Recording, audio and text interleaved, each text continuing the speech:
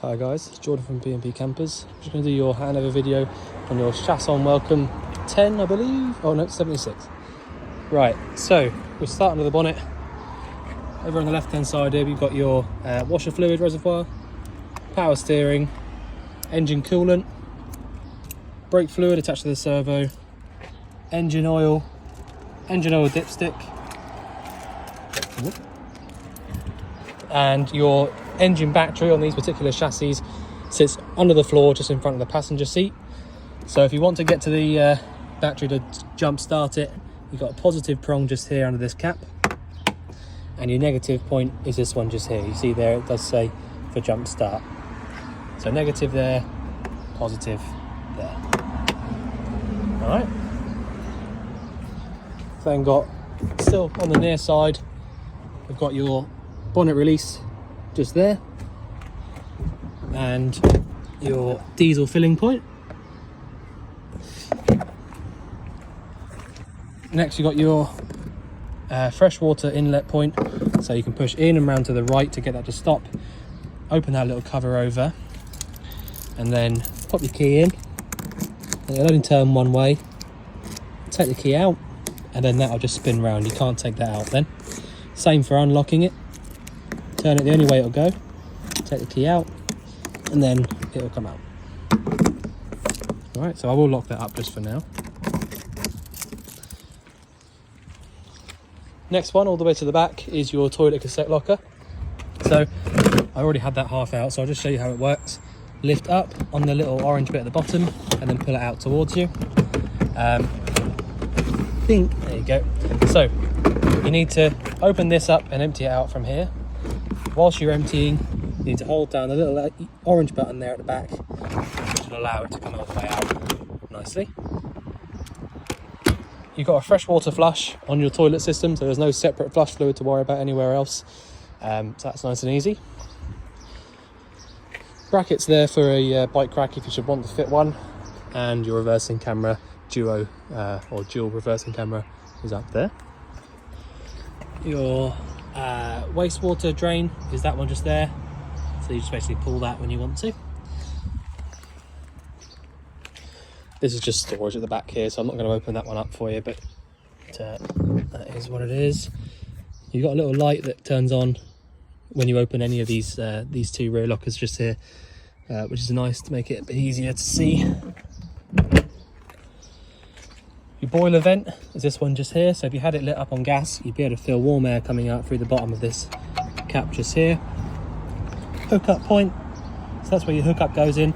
Now that'll give you access to using any sort of 240 volt appliances and your 3-pin 240 volt plugs. These two vents just here are for your fridge, so that means you've got a nice good sized fridge, and you've also got the grill and oven that's sort of like part of it. I think it's a Dometic thing. And the last locker to show you is your gas locker. So to turn the gas on, you go anti-clockwise around to the left, and turn it off, you go clockwise around to the right. When you turn this bottle on for the first time, after you've had it off, you need to press and hold on this button here for 3 seconds, and that'll allow, basically purge the gas through. It's like a crash sensor type thing. So that's that stuff there. And I'll just point out a few things to you in the cab. Now obviously we're more interested in the motorhome side of things here, but obviously, you know, you've got a really nice spec cab in here, so I'll go through all the bits and pieces that you've got.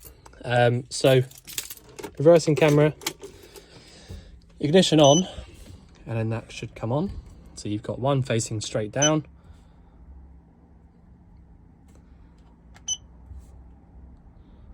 Yeah, there you go. So you can see straight down there, so you can reverse up to anything at all. Switch that off.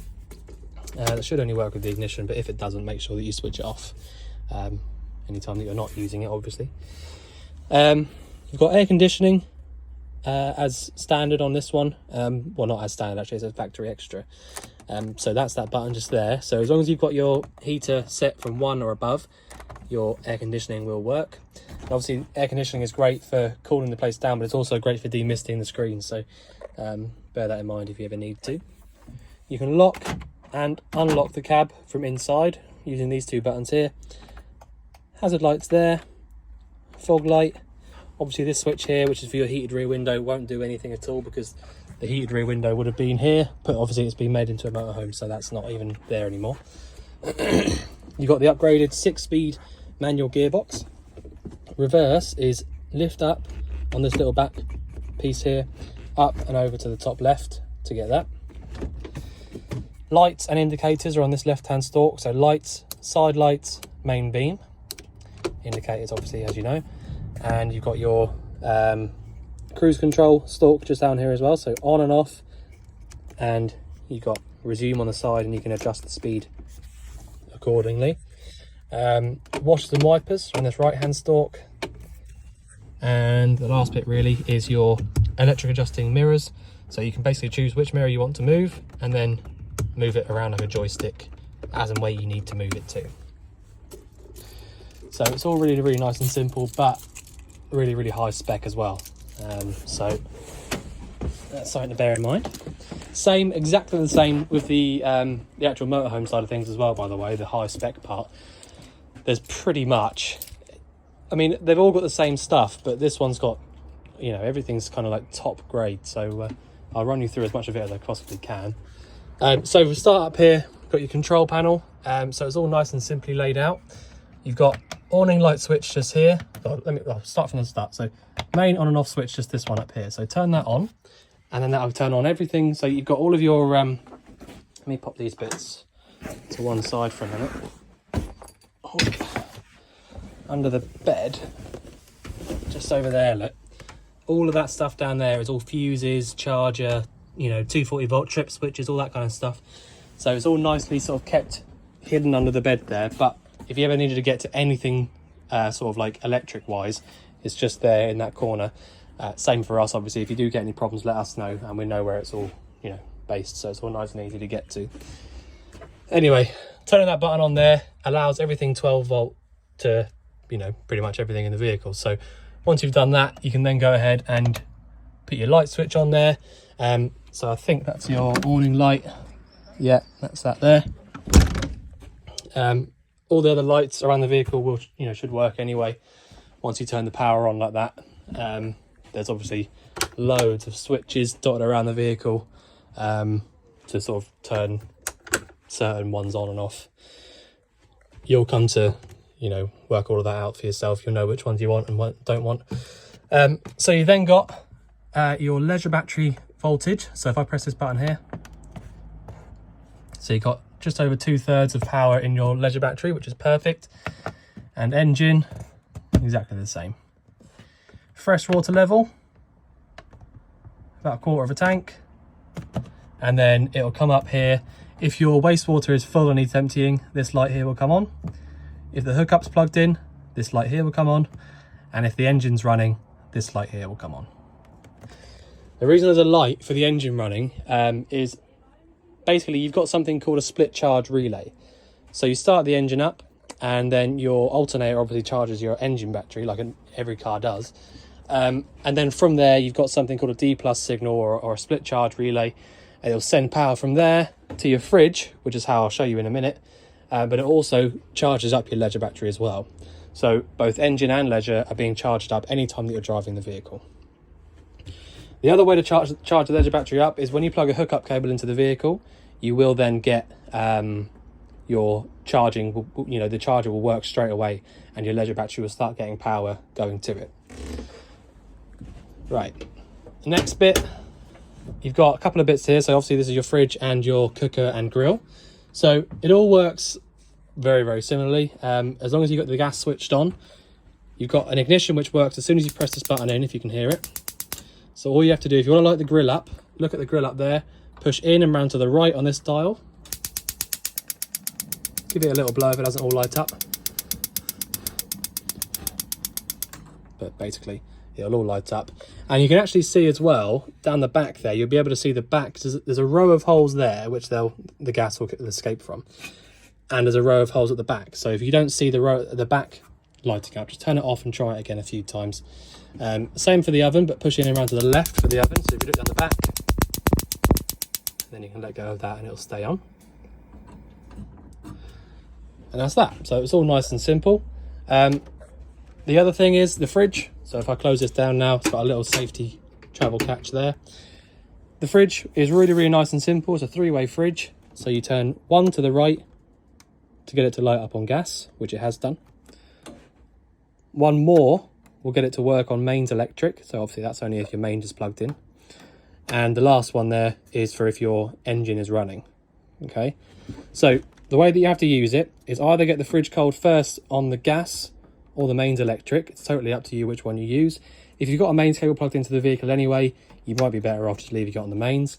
If you don't and you've got gas, turn the gas on and then just literally light it up like that. Either on the gas or the mains, after a few hours or so, the fridge will be nice and cold. You've got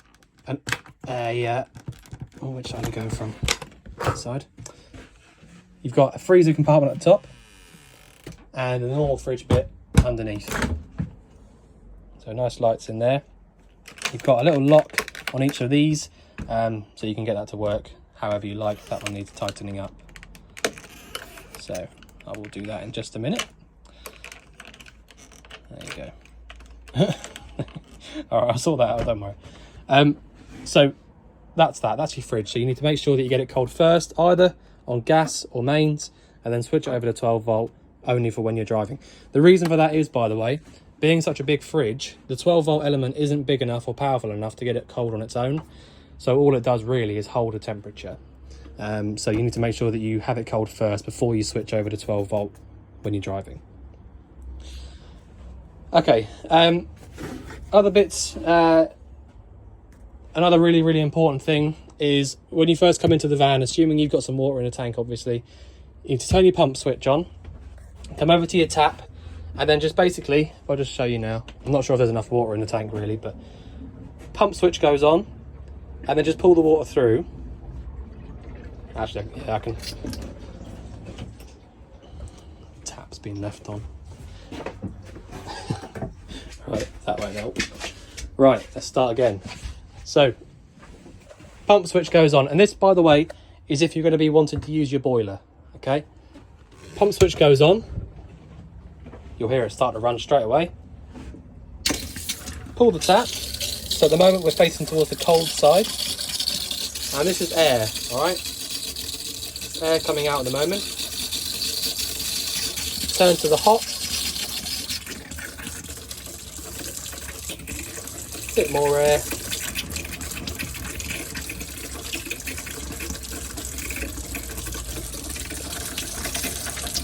And so basically we're just looking to get rid of some of this air. Now this is probably because there's not much water in the tank, so it's struggling to get a proper decent amount of water coming through. All right, so if your water tank was full, you wouldn't really get that problem. It's not really something you'd get. If you do carry on getting that problem, you just need to go through to the other taps around the vehicle and the toilet as well, which I'll show you how to do in a minute. And then basically just pull the water through on all of them, and you'll just get rid of any air that's, you know, trapped anywhere around the vehicle. So the reason I was showing you to do that is if you don't do that, there's no way of knowing whether your boiler is full or empty. If your boiler is completely empty of water, you should not be trying to light it up or get the water hot. If you imagine, if you switch your kettle on and there was absolutely nothing in it, you know, it'll overheat and it'll start melting stuff because it's not actually heating anything up. Exactly the same idea with the boiler. You need to make sure that you double check it's full first. All right, but that's just something I'd like to point out. You've got a 3-burner hob. You will need an igniter or a clicker of some description to light these up because there's no ignition on any of them. It just wasn't built with it. So light any of those up. You've got a thermocouple on each of these, so that's a little prong of metal at the back.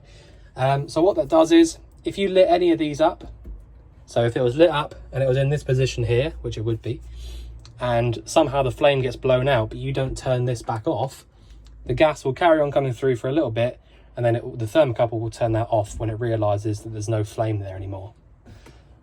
So that's what they're for. They've all been checked as part of the habitation check, as you would expect.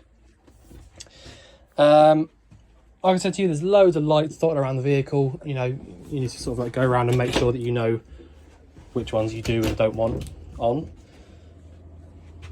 You've got a sat dish on the roof by the looks of it, so you've got these are the dials here for that. We don't really tend to test them, to be honest with you. I'm sure it works. That's the best brand of it, really. But it's all there as and when you want to use it. Right, so I'll show you how the boiler works now. So this can sometimes be the part that people struggle with to get the sort of get to grips with. But I'm going to try and explain it as best I can. So you've got a combi boiler, and it's not combi in the way that you might know, household combi. It doesn't heat water on demand, if you like. So the reason it's combi is that it does heating, which is the little gas symbol here, and it does hot water as well. And it can do it both at the same time. That's the reason it's combi, okay? It doesn't heat water on demand or anything like that. Right, so the first thing that I need to show you is the one on the left here that says Combi E. So Combi E means, basically, the way I like to remember it, it's probably something different in German or whatever, but I like to keep it, remember it as Combi Energy, so energy selector for the boiler. So telling the boiler what to do is this one here. Telling it what energy to use is this one here. All right. So at the moment, we're on the gas symbol here. So that means that the boiler, whatever you tell it to do here, will work on gas only. If I went up 1 or up 2, it'll be working on electric only. And if I went down 1 or down 2, it'll then be working on gas and electric at the same time.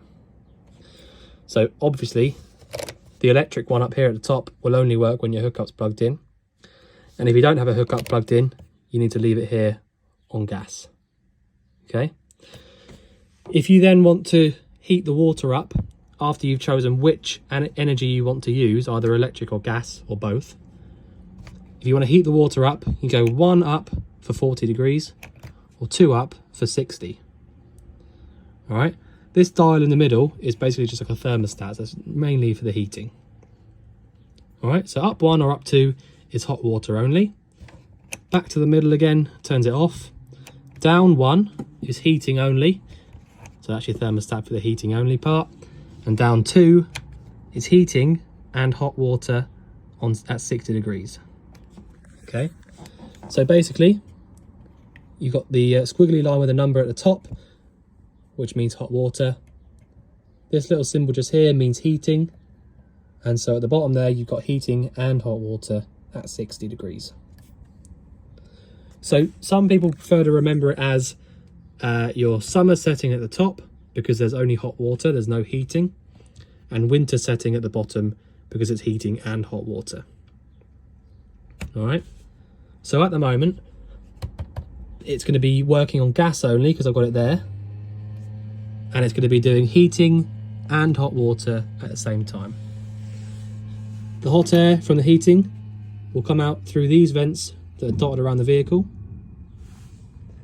So another one down there, look, and there'll be one there. There'll be one in the bathroom as well, I would expect. So yeah, I'm going to leave that on heating just for a minute. So heating only now, on gas only. All right, so hope that makes sense. Couple of other bits I want to show you. You've got your electronic table switch, is this one just here. So I'm not sure exactly how that works. You might need a key in there or something, but that is what that is. Skylight up here opens up really well, so there's no sort of missing or anything like that when you're turning it. Turn that all the way around and push it back up like that. As I've shown you the fridge, showing the oven and grill, showing you those bits there. So the boiler itself sits underneath this. Actually, let me lift this up, see if it lifts up on its own. Oh yes, there you go. Sometimes when you've got the mattresses on these don't lift up, but there you go. Right, so the boiler sits down here along with another couple of bits that I want to show you. You've got a couple of gas isolators there. So the top one is your cooker, as in your oven and grill. Next one down is the fridge, and the bottom one is the boiler itself. If you want to drain the water out from the boiler, you need to turn this dial here. So just turn it, and then what will happen is it will stay that direction that you turn it, but there'll also be a little blue button at the back down here where my finger is, which will pop out. So when you want to close it back over again so that you can fill it back up, you turn this back to where it is now and push the little blue button in it in the back. You'll feel it. If you do empty it out, you'll feel it. So yeah,